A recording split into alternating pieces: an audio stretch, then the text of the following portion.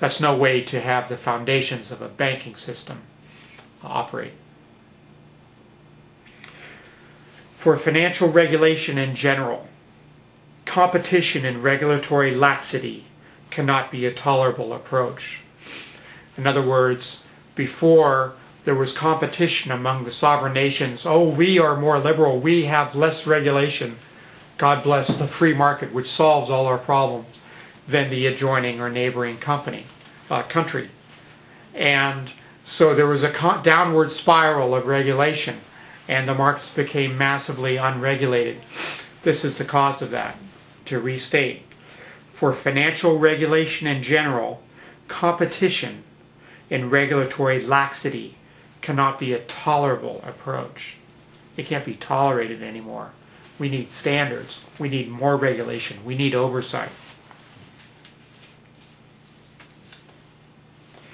The apparent pressure of the Federal Reserve to take many billions of uncertain assets onto its own balance sheet raises questions that must be decisively answered by demonstrating the commitment to deal with emerging inflationary pressures that is all the more important in the midst of the weakness of the dollar internationally and our dependence on foreign capital.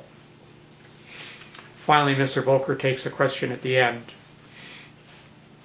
Sir, thank you for meeting with us, and thank you for delivering such a thought-provoking and substantive speech. Thank you very much. My question is, what are your views on the inflation outlook? To which Mr. Volcker replied, well, my views of inflation is that it's a bad thing.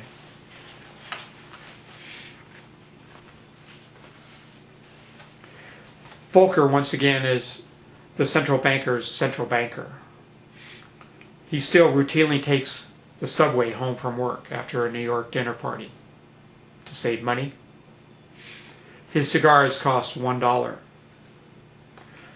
He cleaned up the accounting system, the entire accounting system, after the Enron fiasco, where Arthur Andersen lost their license, one of the top accounting firms, because of their fraudulent accounting.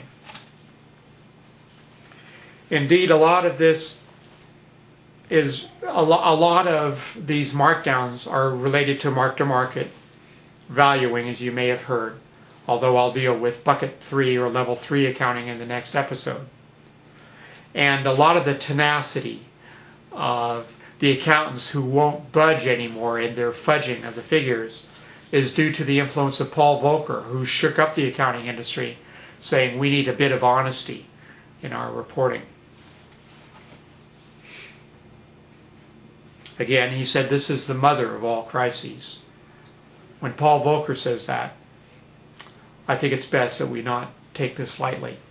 It will affect all of our future.